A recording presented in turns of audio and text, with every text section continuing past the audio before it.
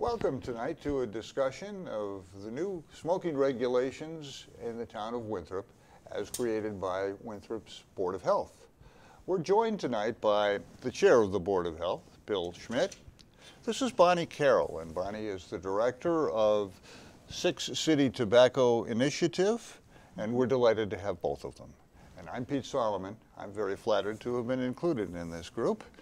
We're very pleased to be able to talk to each of you about your specialties, beginning, Bill, with you as the chair of the Winthrop Board of Health. It should be noted that you're joined by Dr. Astrid Weems, who is not only a medical doctor, but also holds a PhD, and Miss Susan McGuire, who had a very interesting career as a nurse and later served as in the Executive Office of Health and Human Services with the Commonwealth. Bill, you, of course, were appointed to your position in 2016. I think a good place to start off is, could you define what the Winthrop Board of Health does for the community? Well, our mission, Peter, and first of all, thank you for having us. Our mission in the Board of Health is basically to protect and promote and regulate public health in the town of Winthrop. And the board has the authority, as given to us by state law, to enact regulations that are reasonable, and we take that job seriously. It was a very fortunate day for those of us who live in Winthrop when you were appointed to your position. We should note that you are a product of Winthrop schools. You got your undergraduate degree at Columbia University. You hold graduate degrees from Harvard's Kennedy School of Government and Suffolk University. And for better than 2 decades, you were a manager of the Mass Department of Health. You've had a wide and varied career, and this makes you the logical choice for the position you hold now. And this is Bonny Carroll. I said a moment ago, Bonny, that you're the director of Six City Tobacco Initiative. You grew up in Somerville. Yes. You graduated from Springfield College, magna cum laude with a degree in human services. Tell us a little bit about your organization. Well, I work for the Boards of Health in 6 communities, as you mentioned. Those communities are Cambridge, Chelsea, Everett, Revere, Winthrop, and Somerville, where I live. And basically, I'm the agent for the Board of Health, which means that they assign me to do enforcement of their tobacco regulations. So I visit stores and make sure that they're selling the right products. I inform boards of health about different trends that we might be seeing in the field, and I train and send in young people to make sure that the stores are not selling to young people. Do you remember your first involvement with the Winthrop Board of Health? Yes. What was that like? Let's see. Well, I was very new at this, so I came and talked to them about model regulations, which is what the program that funds me calls the regulations that are the most up-to-date, so to speak, regulations that are advised if the community wants to be sure about the health of the community in terms of tobacco. So I came to the Board of Health then and presented these model regulations, and there was some discussion, and some of them were adopted and some were not. So. We should note that you moved into your position in September of 2014. How have things changed in the years that you've been the director and your relationship with the various communities that you serve? Mm-hmm. Do you mean in terms of what we see in the field with? Yes, exactly. Yeah. Okay.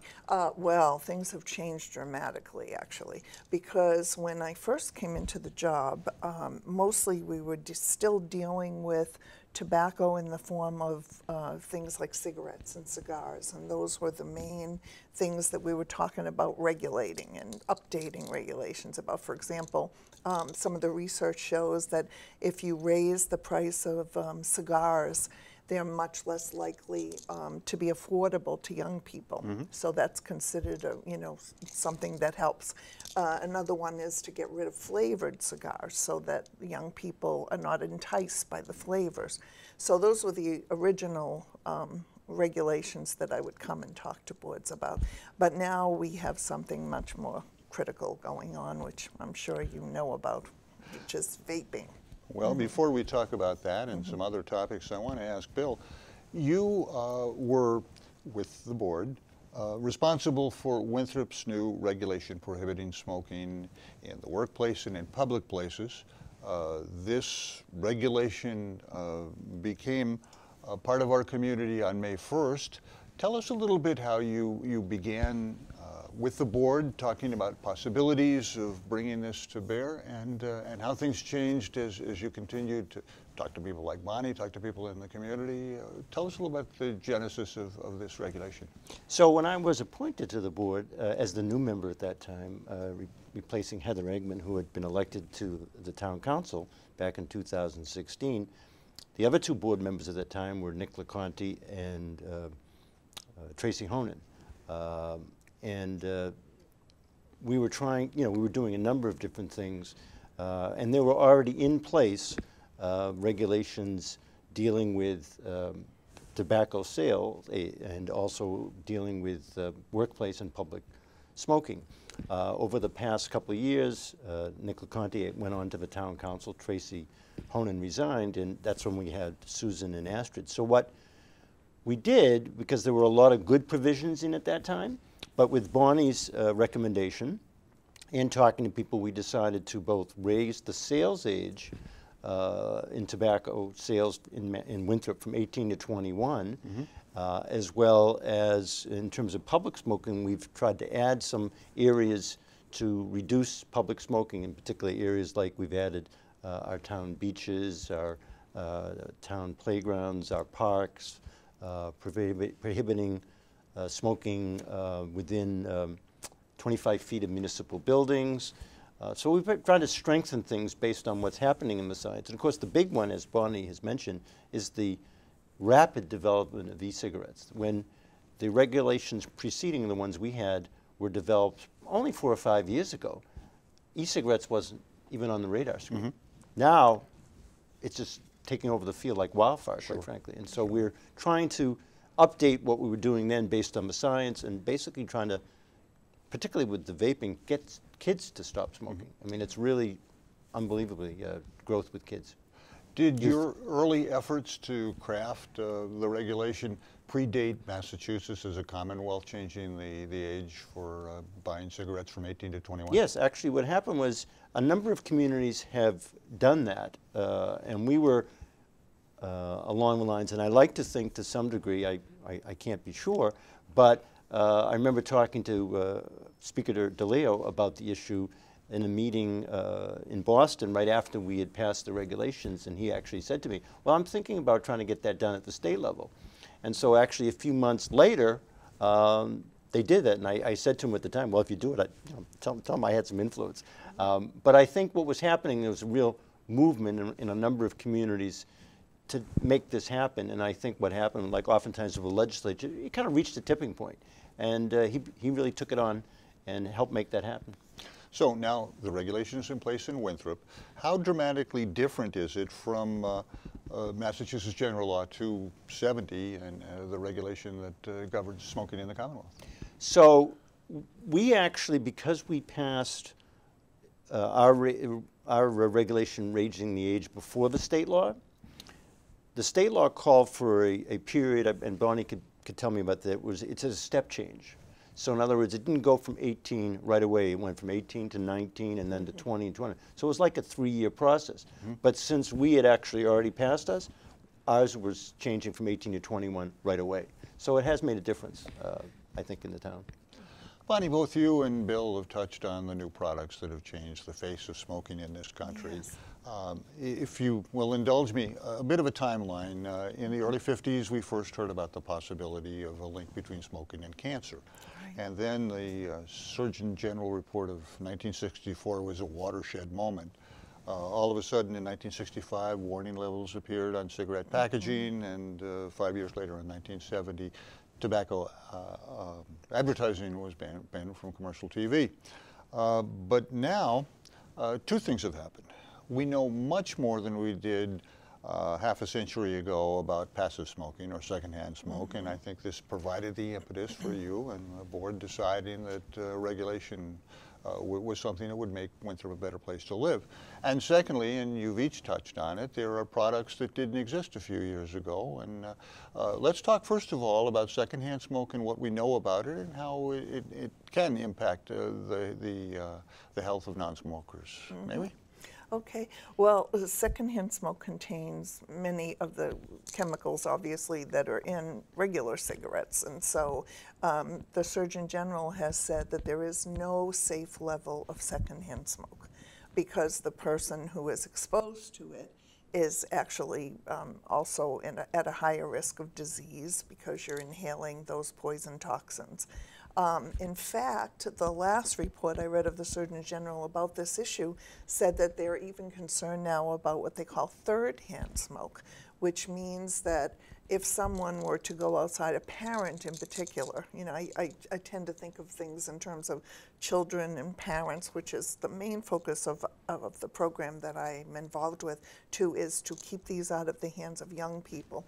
So in that regard, parents who go outside and have a cigarette and then come in and hold their child against their smoky clothes are actually exposing the children to third-hand smoke, which again has some of those toxins in it. And the other thing that we talked about, and I'm going to tap into your expertise on this, there was a point where we were seeing fewer and fewer young people become interested in smoking, and now suddenly the advent of electronic cigarettes has sort of turned that around. Yes. Can you talk about that for a minute? Yes, I mean, we in the tobacco field felt as though we had made big progress, and we had, because if you asked young people, you know, for quite a while now, will you take up smoking? They would look at you like you're, of course not, you know, because we've done a great job of educating them about the dangers of smoking.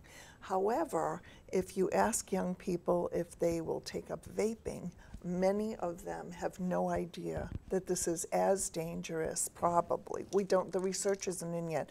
Just like tobacco, it took a long time for the research to come in. So the research, you know, still has a way to go, but we do know right now that these products are not what young people think they are. So a young person will think, well, yeah, I might do electronic cigarettes because it's only water vapor and flavor is what, that's the constant refrain from young people, which is, of course, not the truth.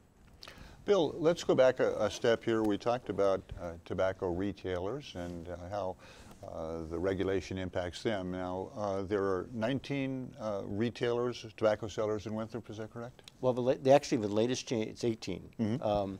We actually had 20, up to 20 at one point. There was a store, there was one that store turned in because it went out of business, and when we passed the last change, we eliminated it from pharmacies. So, so actually Brown's, which is no longer in business now, gave up their tobacco permits. So we actually have 18 in town now. And they have to get a license from the Board of Health to sell tobacco products, correct? It's a permit that they have to get, yep. What do they have to do to obtain the license? Well, actually, I'm not totally sure on all the details, but basically if there's a permit available, first of all, they could apply to do that and sell tobacco. There's none currently available because all 18 are being used by existing facilities. So if you have a permit, then you basically can renew it. And there's a time period, I forget what the cost is, but that's every year that they can renew that, and unless there's violations. So we've, as Bonny has said, sometimes she'll have sting operations with youth go in, or they might be doing something that they shouldn't, and so they might get a violation, and that could affect at some point whether or not they could renew.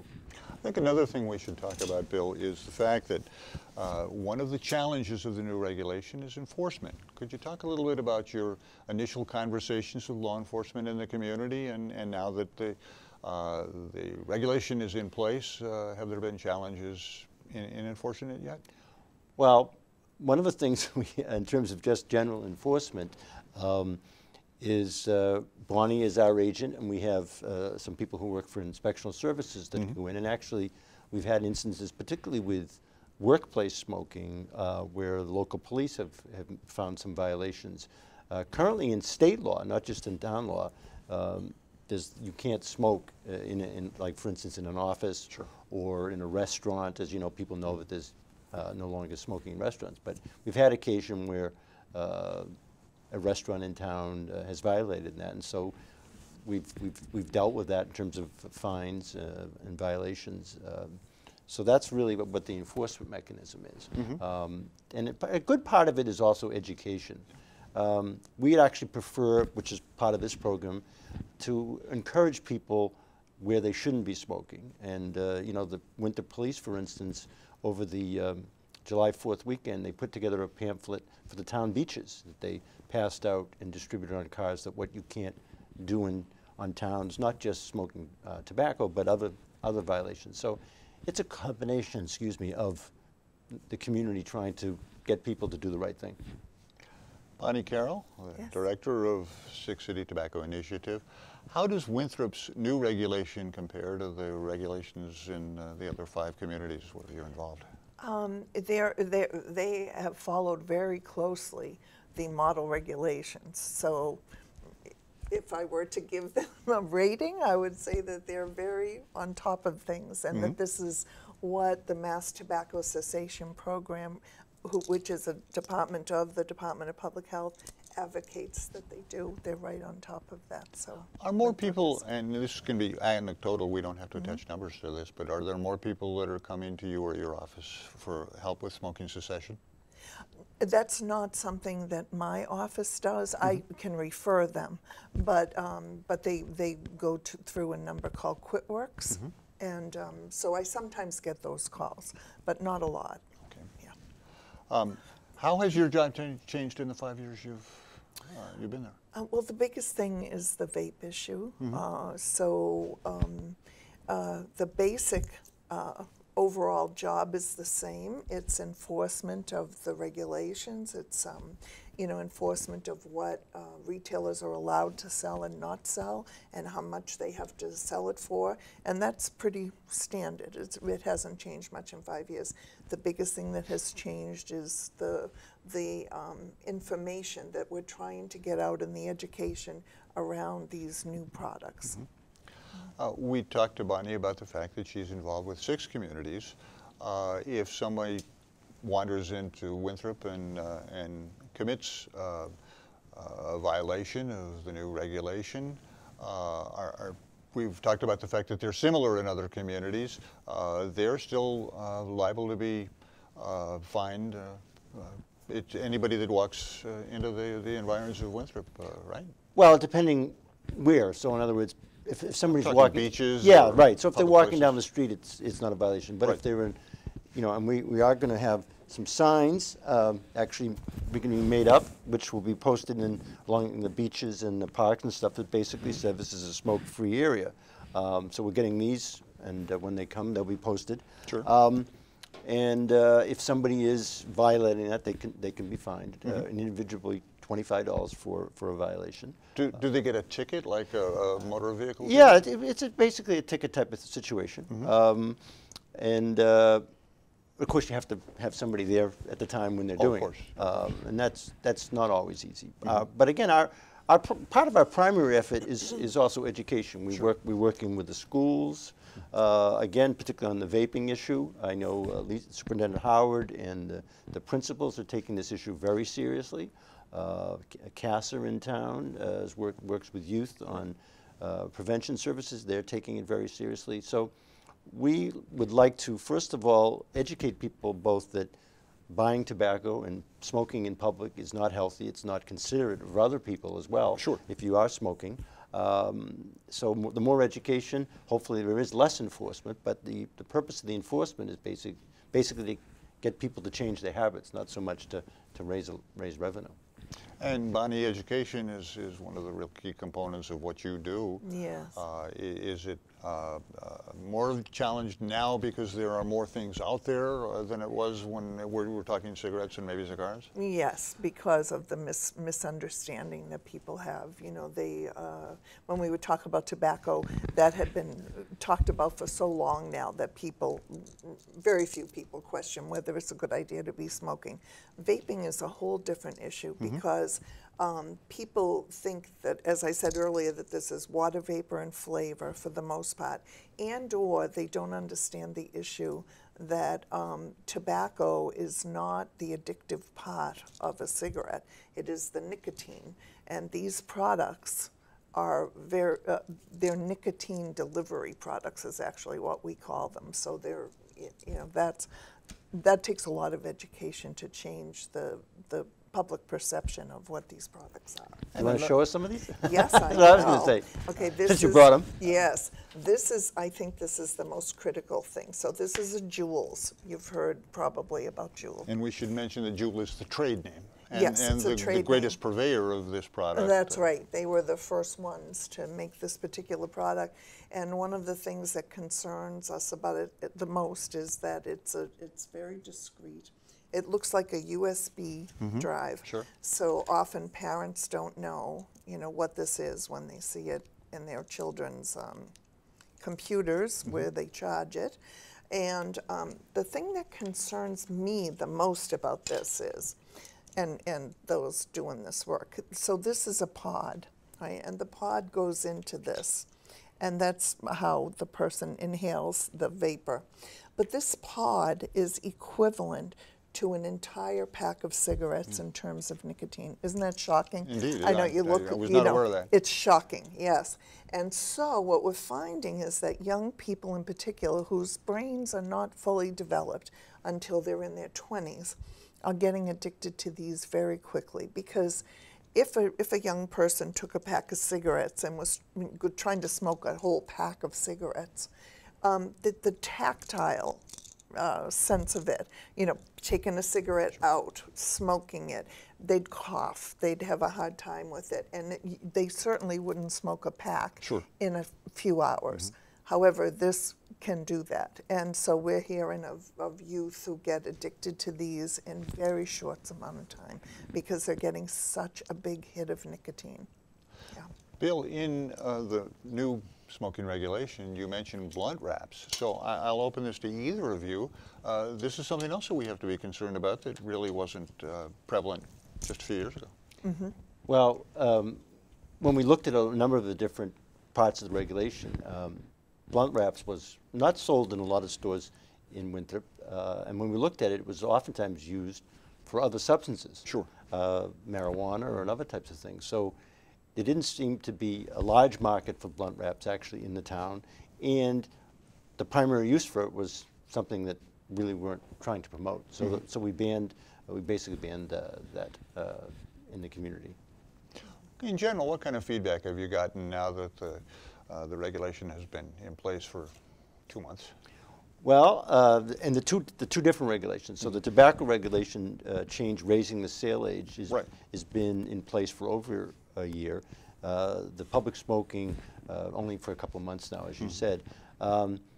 We haven't got really a lot of negative feedback since they've been in place. We did, when we had the public hearings, we get some testimony on people who were concerned about some of the merchants were concerned. We had some people who do smoke and wanted to smoke certain places, but quite frankly, didn't have a lot of negative feedback in either of those two areas. And particularly since the state legislation raising the sale age now, and because people know the dangers of public smoking, we really haven't had a lot of negative feedback at all, quite frankly. And it's not like we didn't know it was coming, because you had 2 presentations, one in December and one in January. How did you go about selling this idea to the members of the community? Well, the Board of Health has a lot of authority, quite frankly, so we basically tried to tell people why we thought it was important. The boards, we're actually not required to have public hearings if we wanted to pass a regulation, but we decided 2 things. One, we appeared before the town council, and we also appeared particularly on the raising the sale age before the school committee and some other groups to tell them why we were doing this and how important it was. And and then we had the public hearings to get feedback. So we actually had a lot of support, a couple of people who had concerns. But I think most people know that tobacco is not good for you. And particularly, we don't want our young people to be smoking tobacco. And the interesting thing is, there's a lot of, particularly when you raise the age from 18 to 21, there are a lot of students in our high school who are 18 in their senior year. And one of the things that happens is oftentimes 18-year-olds were buying cigarettes and passing them on to younger students. So one of the reasons for raising it to 21 is you're basically taking it out of high schools. Interesting. And also the science shows that, quite frankly, if you can, most people start smoking when they're young. So if you can prevent them from smoking when they're young, you don't have a lot of people all of a sudden at 40 say, you know what, I want to smoke. It's usually young people, and if you can make the change and stop them early, you're going to save them in the long run. I would add that it's much less likely that they will become lifelong smokers if we don't get, if we get them to not start until they're much older. Yeah. In the time we have left, Bill, true or false, people in the community of Winthrop can still smoke, but they can't smoke in places which would compromise the safety and health of people who don't smoke. Workplaces, public buildings, beaches, is that correct? Yes, yeah. We're just basically trying to, the purpose really is to say where, first of all, people can smoke in their homes, they can smoke in their yards, if they're walking down the street, they can smoke. They can't smoke in workplaces. That's a state law. It's not just a Winthrop law. That's been on the books for a while, hasn't it? For quite some time. They can't smoke in restaurants. That's again a state law. So we looked at public areas, again, the parks and the beaches and the playgrounds, athletic fields, near municipal buildings, where we have some public authority to try to say, we don't want you to have this effect on other people, or town employees for that matter, who might be affected by it. Because the smoke, oftentimes, if someone is smoking right outside a public building, the smoke gets into the building. Oh, of course. So we're looking at that from a health concern. And Bonnie, let's talk one more time about your 6 communities, all of whom now have hard and fast regulations. Yes. So now we looked back at the years you've been in your position. Look ahead. What do you think things will become easier for you now that there are regulations in place, and maybe because young people will be educated to the point where electronic cigarettes are not something that's good for their well-being? Well, my hope is that all 6 communities would get on board with being very similar in the regulations that they adapt. And Winthrop has done a great job of being kind of a leader in that regard, and so has Somerville. Somerville recently changed regulations around menthol tobacco and vape products. Those products have been moved to what we call adult-only retail stores. So those products are not available in convenience stores at all. That's not something that's a model regulation right at the moment that we're promoting. But down the road, I see that enforcement would become much easier as each community gets on board with these regulations. And as that happens, you can direct more of your energy toward education? Yes. That's a good thing.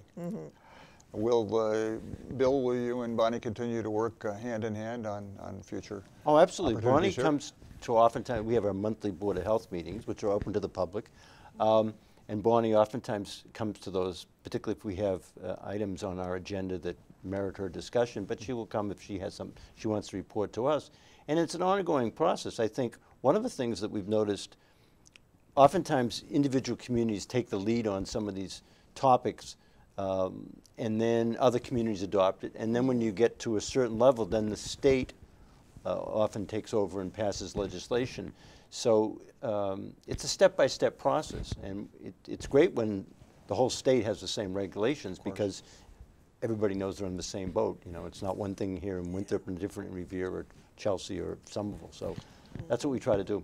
And in closing, we should note that every Board of Health meeting is an open meeting, is that correct? That's correct. They're all advertised on the town calendar. It's easy to find out when you people are meeting, and anybody in the community could come and offer a thought or a suggestion.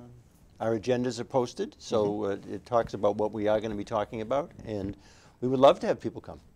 Well, Bill Schmidt, Chair of Winthrop's Board of Health, Bonnie Connell, the Director of 6 City Tobacco Initiative, I thank you very much for your participation tonight. It's been a learning experience, and I thank you for joining us, and we hope that these regulations have been made more clear, and you get a better perspective on smoking and the environment. I'm Pete Solomon. Thank you for joining us.